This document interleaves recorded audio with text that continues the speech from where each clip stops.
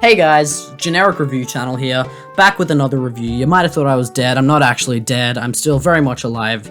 The virus hasn't gotten me yet. So let's get into it. Today we're doing a review of a game that's very near and dear to me. It's an RPG for the SNES. You might have heard of it, known as EarthBound. You might not have, that's okay. Please don't click away regardless, just watch the video, I need it. EarthBound was released in 1994 by a visionary, and I don't use that term lightly, called Shigesato Itoi.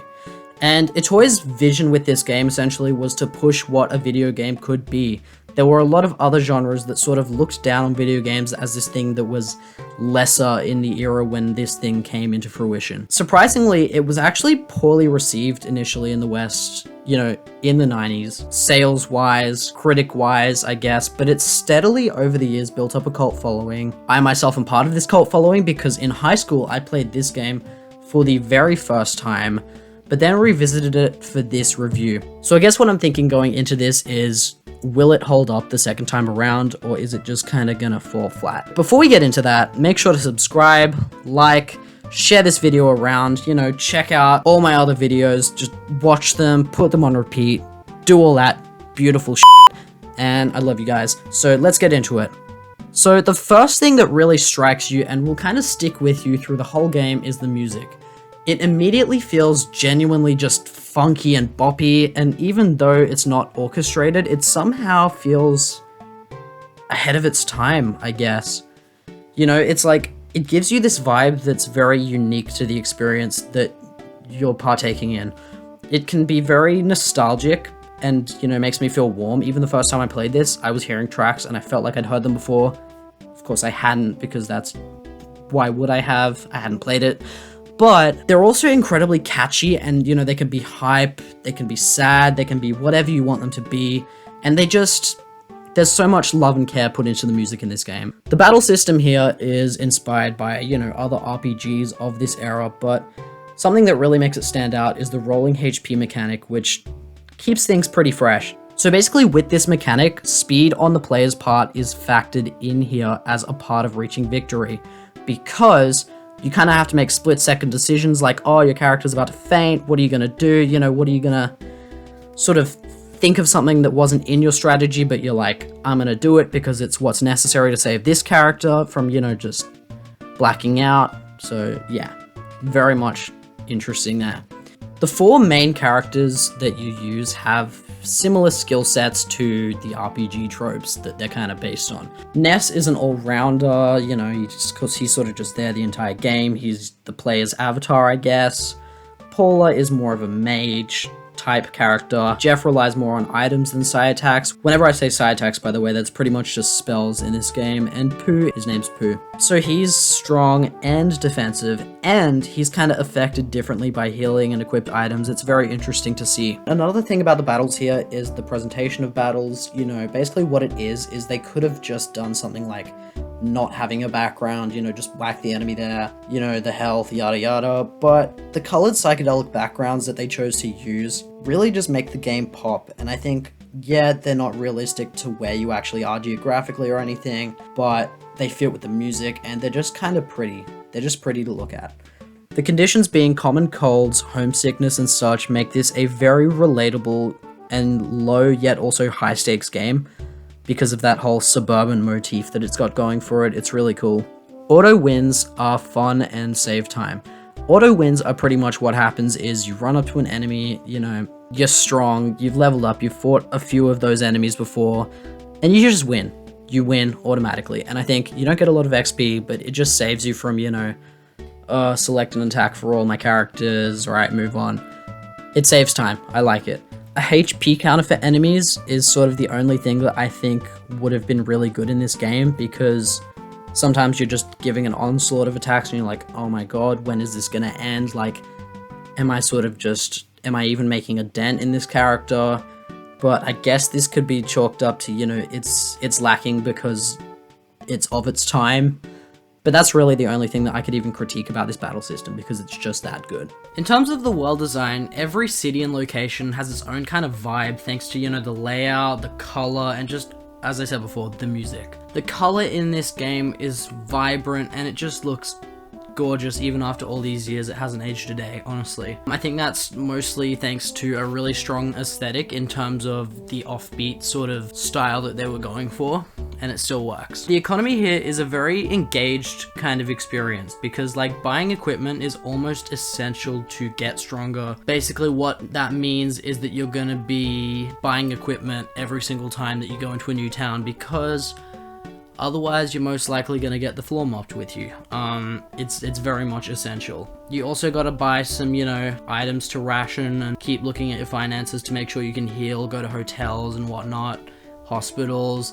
And I feel like that's part of what makes you appreciate those sorts of like healing intermission kind of places, is the fact that, you know, the hotels and hospitals are, you know, fairly pricey, relatively speaking. Like, it's not hard, you're not going to be running out of money so much, but it just kind of makes you appreciate them because they really do feel like a reprieve that you've earned. Hint houses are an amazing time saver. They're so good in terms of like, you didn't have guides back then, especially in the 90s, obviously, so if you didn't find something, you'd be like, oh, what do I do? But not anymore, because you got the hint houses, so yeah. The age of the game sort of does show in the lack of any sort of running feature, which it's not a time saver, you know. It's sort of annoying. It hinders you to walking around, obviously, which it's kind of good because it makes you take in the environments all the more, but again, running would have been nice. The inventory system in this game is very basic to the point that it's actually hard to use in a pinch. Obviously, there's stuff like being able to, you know, get stuff picked up for you and dropped off for you, but it's kind of hard to like arrange your inventory in a timely manner and not devote a lot of time to inventory management because of how small and sort of janky it is almost. Bit of a spoiler warning here. I love everything about, you know, the world, but the 3-minute wait for the Satin Valley waterfall, it's just stupid, and it's an example of poor game design. I don't care how sort of quirky or meta it was meant to be, it's just dumb, okay? Backtracking in this game and the way that you get around is opened up with travel size and such, and makes the world really fun to explore, sort of doing it in this non-linear, very RPG kind of way. Very fun. And one of my favorite moments in this game has got to be like seeing the dinosaur skeleton in the museum. It's amazing foreshadowing for, you know, what comes next if you know what the game is, if you've played it. If not, then interesting.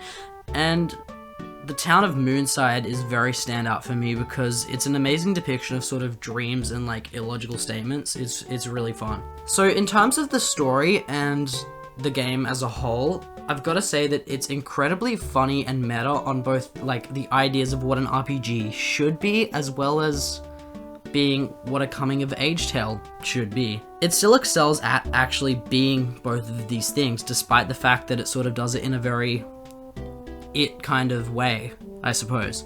The dialogue is a huge part of this, with people often like referencing the fourth wall, but never in an overbearing or corny way like with some stuff. I feel like it's very tasteful, I guess. The enemies themselves are really memorable because they're just also unique and not necessarily just, you know, difficult to beat for those reasons. Some are just bizarre, like some are just really easy to beat, but the fact that they're just so bizarre, it's funny. Like the enemies almost feel like characters in their own way. Something like, you know, the Happy cult, it's still mind-blowing to me. Like, it's obviously satire, but the fact that something like that would actually be in a Nintendo game is like, wow. Also the moles, especially, I love them. The moles that all think that they're the third strongest in the cave. It's sort of like a funny metaphor on how everyone sort of just aims for the middle rather than the top or the bottom, you know, in terms of hierarchy. Jeff and Pooh's backstory. Now, something I really enjoy about these two areas of the game is the fact that they're kind of played separately. Like, you jump into them away from the story with Ness and Paula, and then again with the story with Ness and Paula and Jeff to do Pooh's one.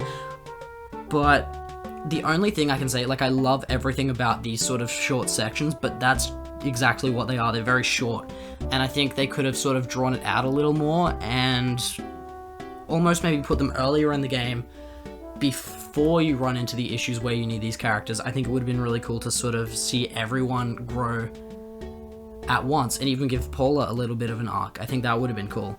And I also love Pooh's bit with Moo training, which is pretty much emptying up your mind for a very meditative, kind of pensive, like, experience. And I think it really embodies the nature of this game itself, and I really enjoyed that. We're coming up to that section where I start to talk about spoilers, because I'm going to be delving into sort of the meaning of the game, at least in my eyes, and like the ending and all these other things. So skip ahead to whatever time I write up on the screen, because I don't actually have captions yet, because I'm not a YouTube partner or whatever the hell it is these days. I don't keep up.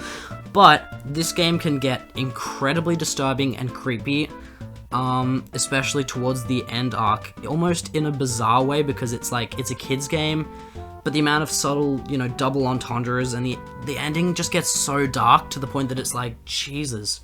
Because it basically toys with the notion of childhood innocence being lost. Itoi, the creator, he credits the final boss's theme, you know, Gygus, for those of you who've played it, with a childhood incident where he pretty much walked into a theater showing a horror movie, you know, by accident, maybe not, I'm not really sure, and mistook a murder scene for a rape scene. Now, obviously that's a very dark thing, but instead of kind of shying away from that experience, he actually took an artistic yet tasteful approach to the event, and I think the symbolism there is very interesting, and you can sort of see it once you've read this perspective. You see it through that lens, and it's very interesting in a personal sort of way for the creator. But it's also very relatable for anyone on a human level, whether you've been through something sort of semi-traumatic to traumatic or not.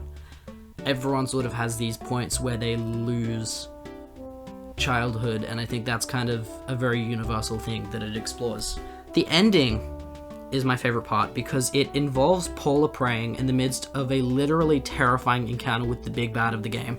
Now, my favorite thing is they set this guy up with so much mood and tension, obviously. Paula just praying, it's so good, because it pretty much, what it does is it unites every single character in the game that you've met across all your time playing it, and it gets them to sort of join in with you one by one, and it kind of reminds you, it's like a bookend on everything, and it's so beautiful because it pretty much shows that there is no God. I know that's weird for a Nintendo game or a kid's game, you know, but pretty much it shows that there is no God, but rather the entire universe and every life force in it is God itself. Like, this truly touched me. This was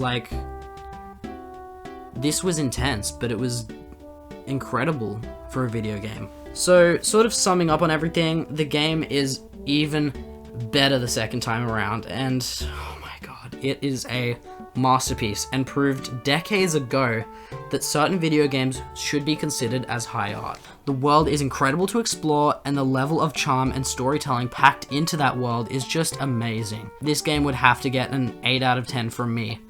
Thank you so much for watching. Be sure to subscribe, you know, like the video, comment, let me know how you think I did, all that kind of stuff, because I'm trying to make this a full-time endeavor. Also, you might have noticed I went a little bit off script in this video, but hopefully that wasn't too jarring for anyone. But be sure to do all those things that I just told you, and pretty much just get this channel really big. Thank you. I'll see you next time.